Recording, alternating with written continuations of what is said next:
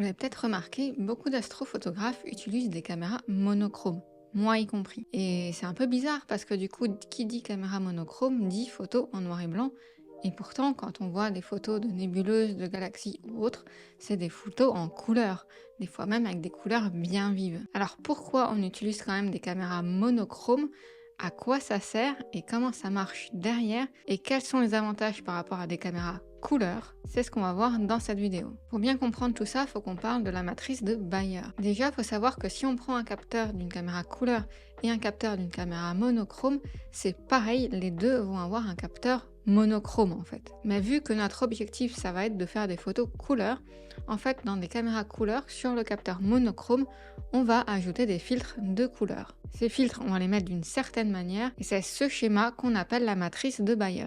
En fait, sur chaque photosite de votre capteur, on va venir mettre un filtre d'une couleur. Et en fait, la matrice de Bayer, c'est une répétition de 4 carrés. Un vert, un bleu, un rouge et enfin encore un second vert. Chacun de ces filtres ne laisse passer que la couleur du filtre.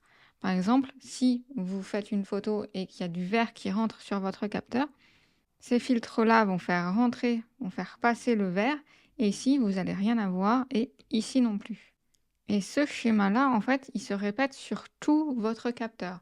Je vous mets une photo, là, par exemple, d'un capteur en entier, où vous allez retrouver ce schéma qui se répète sur toute votre grille. Donc, en fait, comment ça se passe? Ici, vous avez votre lumière qui arrive, qui vient taper les photosites, et en fait, admettons que ce soit une lumière rouge qui tape, donc elle arrive ici, elle va venir taper sur le filtre rouge, donc le filtre rouge va laisser passer la lumière, donc ça va filtrer et cette fois ça va passer pour atteindre votre capteur, donc vous allez capter de l'information.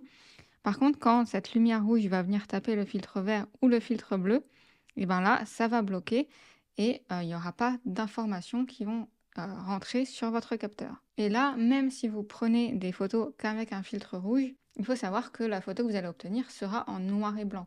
En fait, les couleurs, on les récupère au moment soit du process du traitement de l'image, soit au moment du traitement, quand on fait nos traitements en astrophoto. Et c'est à ce moment-là qu'on fait un dématrissage pour récupérer les informations et revenir sur une photo en couleur. Ça, en astrophoto, ça nous pose deux problèmes. Le premier, vous le voyez ici, c'est qu'on a 2 fois plus de vert. Pourquoi? Notamment à cause que nos yeux sont faits comme ça. Le but des appareils photo, c'est de se coller à ce que nos yeux captent et nos yeux sont plus sensibles au vert, donc on a 2 fois plus de vert. Le problème, c'est que dans l'espace, il y a très très peu de vert et donc du coup, nous, ça, le vert, on s'en fout un peu. Il nous en faut quand même un minimum pour avoir les bonnes couleurs sur nos photos, mais clairement, c'est pas le plus intéressant. Du coup, ce qui se passe, c'est qu'on perd énormément d'informations avec un capteur couleur comme ça et une matrice de Bayer. Et en gros, on a 50% de notre capteur qui sert à rien. Je schématise un petit peu, mais grosso modo, c'est ça. Donc ça, c'est le premier problème. Et le deuxième problème, c'est que c'est pas très efficace. Quand vous allez choper de la lumière des astres, admettons que vous chopez du rouge dans des nébuleuses, vous n'avez que, ici, on a que hop, 25% en fait du capteur, de la lumière de la nébuleuse qui va passer à travers les filtres.